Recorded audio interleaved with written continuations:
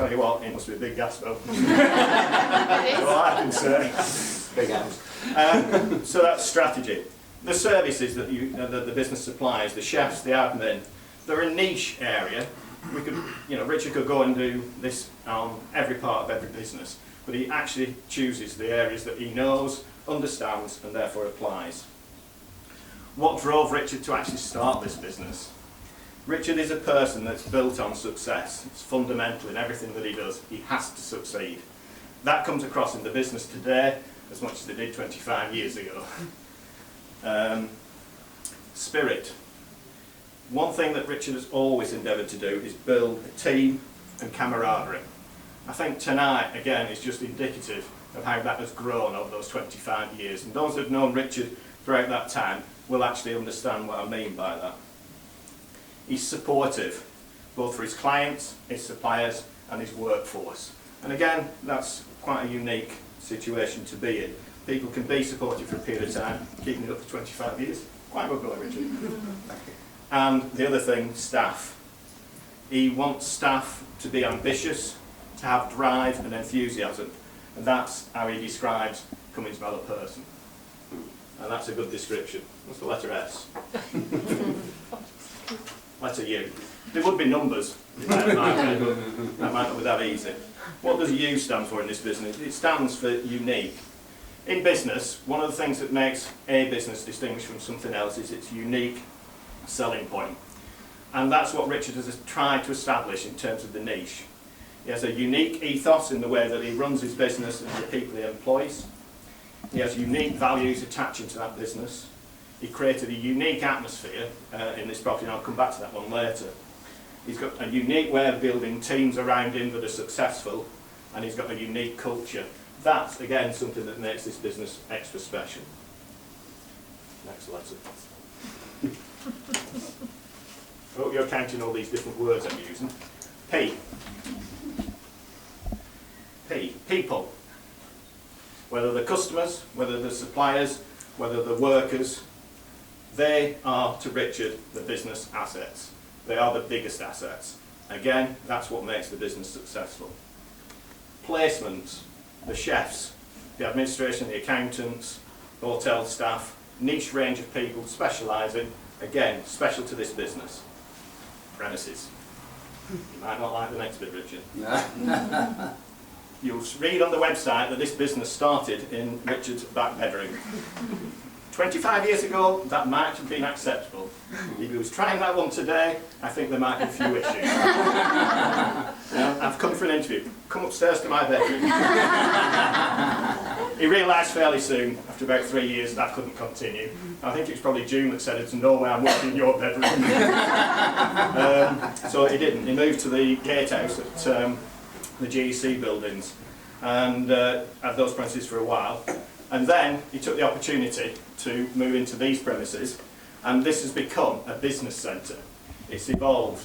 I remember these premises because it used to be our office. Yeah. And I have to say, the change and transformation that you've made to this building and the atmosphere within it is beyond recognition. Downstairs used to be just a storage area. Now it's a fantastic canteen, refreshment area. Absolutely brilliant what you've done with that. Location. I once said to Richard, "Should you not be in the high street?" He said, "Well, everybody else is in the high street." I said, "I don't need the high street. People will come, they know what we do, and that's what happens." He's chosen his location well. And he's provided the facilities for his team and for his customers and suppliers, but it's actually second to none in a building of this type. Well done. Just one other story on this. Well, two others actually. Negotiations to buy this were quite interesting.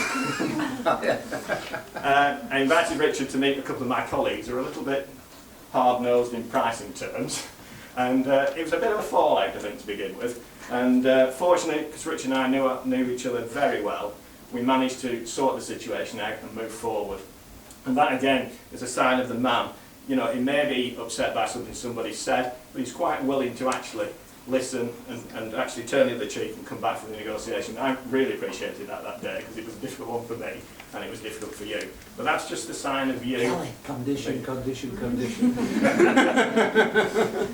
The other scenario to this one is where this building and the people in it nearly brought the roof down.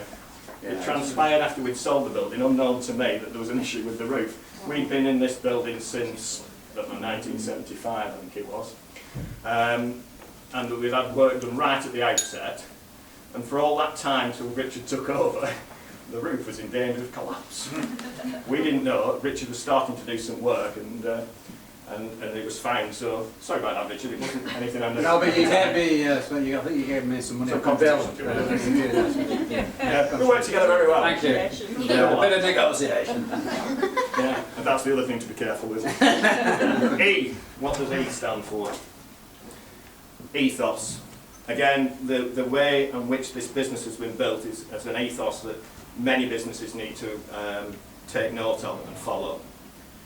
Educate and motivate, which is what he does with the team and his workforce. You come into this place, and if you've got the skills, he will get the best out of it. And he will bring his people on, educate and motivate them. E and It happens to be true in marriage as well as in business, but it happens to be employee and employer. And again, an important part for the team, for the support and the demands that Richard places on his team, and the values that he instills, which come from his family values. Again, all there with the employer-employee relationship. One of the keys, I think, for the way Richard runs his business is empowerment. All too often in business, we just want to know what everybody's doing every step of the way. Not Richard. He empowers people to do the job, and he looks at the results. And if people need support, he gives the support. He doesn't micromanage, it's literally down to empowerment. And what does he do for management terms? It's exceptional management. Most of my clients want profit and loss accounts and everything else. Richard runs his business on cash flow.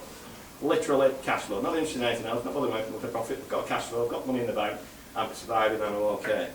And he just knows what those results are going to be, and if those results aren't what he's expecting, then he'll start to involve himself in the management. Other than that, if it's what's happening, then it's fine. He lives with that.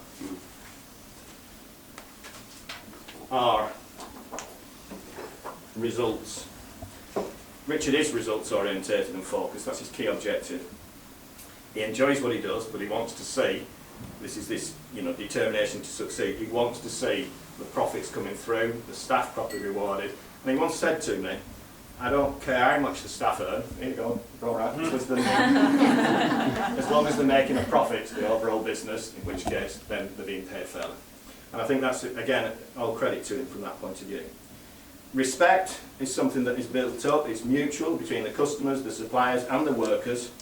And even where Richard, as we said before, might not always agree, he always respects the views of the other side and works with those, and that's fundamental in his business relationship. Resources. He started this business with a £10,000 overdraft, and as I said, now he manages that business day to day on cash flow and the way in which the business then evolves. Come to the end, don't worry. The letter B. The one thing that actually underpins and holds the whole thing together, the boss. And one thing about Richard, he works in the business and he works on the business. And that is a credit, because we either learn to work in it and we forget what's happening outside, or we work on it and we forget what's happening inside. Richard has actually found that balance perfectly. He works in the business and on it. The business itself has vision, and now, as we announced yesterday, it has succession. Richard has now gone to be elevated to chairman, and Michelle to managing director. And I can't say that can't be a better succession plan. I know that Katie and Jack are also involved from the meetings that I've had, and that only bodes well for the next 25 years in terms of success. Anybody guess why I've had these letters? Yes? Superb. The last 25 years, Richard, as far as I'm concerned, you've demonstrated as a family man, a team player, a business entrepreneur, in that order as well. And the one word that all of that encapsulates is the past 25 years, superb. Well done. Aww.